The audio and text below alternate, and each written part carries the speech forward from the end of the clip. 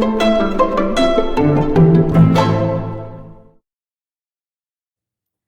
BookTube!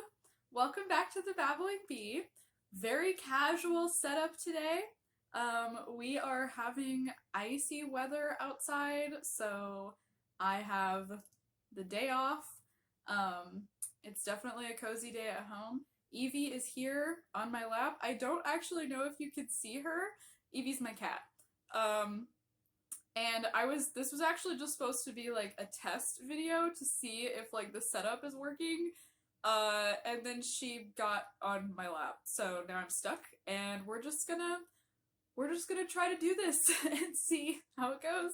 So she might like get up and start making noise and causing havoc, and it'll just be a whale of a time. So in today's video, we are talking about what I read in January. It was a very good reading month. I feel like the stuff that I read in January, in a way, now that I think about it, like, it kind of all did a really good job of setting the tone for kind of like how I want my reading year to go as a whole.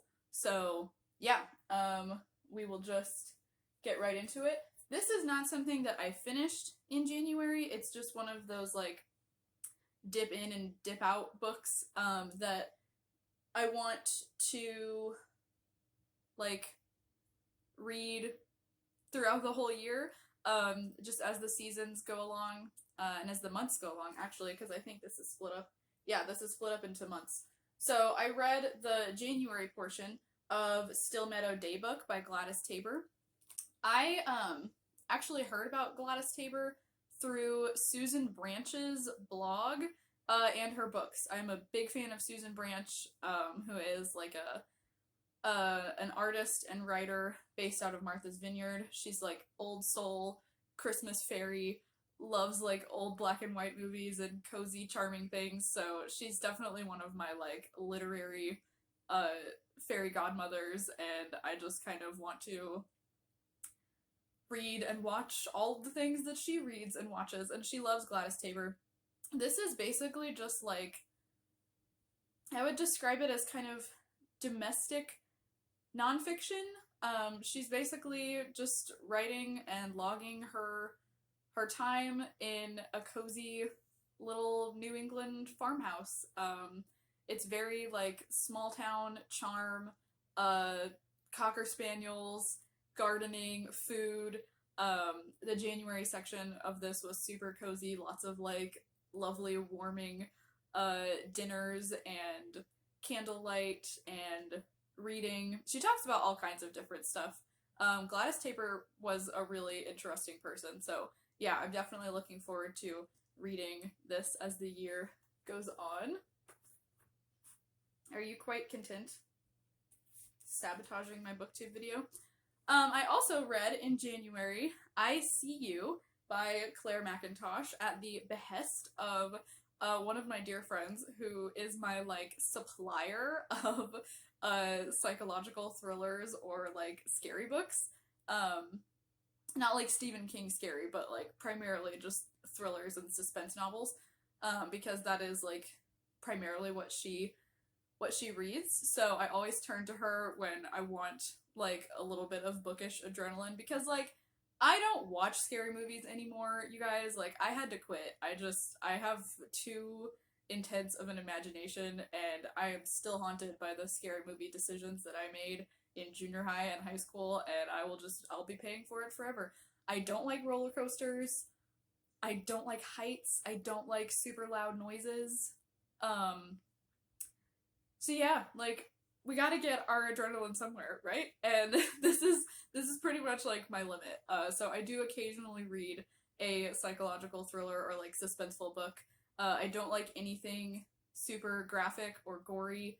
And this was an enjoyable read. It definitely like did what I wanted it to do in terms of like having just a really compelling mystery, an interesting like villain where you want to know like why are they doing what they're doing. It was a little bit heavy for me on like the police procedural aspect of things, which I don't love as much. So, yeah, it was like, it was enjoyable. It did its job, but I think, the kind of psychological thrillers that I prefer are more the, like, woman in the window variety, where you're just kind of like spending a lot of time in the protagonist's mind, and experiencing it that way. And I also enjoy Rosamund Lupton's books, which are probably a little bit more like literary psychological thrillers. But yeah, this was a fun read. Good for cozy winter nights. And then, actually wait, I don't want to talk about that one yet. Before I talk about that one, I just want to mention that I did finish, in January, a book that I started in December, which was, Charlotte Bronte, A Fiery Heart by Claire Harman, which I don't have with me because I had to take it back to the library. But that was absolutely my favorite read overall of January.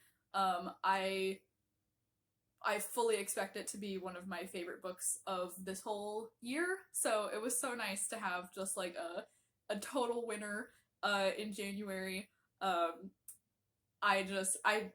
literally think about it every day. Like, there are scenes from that book, there are ideas from that book that I just cannot get out of my head, and if you are looking for a really compelling, fascinating biography of Charlotte Bronte, I would highly recommend giving that one a go. Okay, and then finally, I also read in January The Two Princesses of Bamarre by Gail Carson Levine? I should probably know how to say her last name by now, because I have been rereading this book, since I was a child. I don't remember exactly how old I was when I first read this, but I was definitely in elementary school. And it's been one of my favorite books of all time ever since. I love this story so much. I have a lot of peace in my life now because I was able to recommend this book to, my two, like, younger cousins, and they both really loved it, and one of them has told me that this is, like, her favorite book, so I'm just like, I've done my work on Earth, like, I'm good to go. No other accomplishments necessary.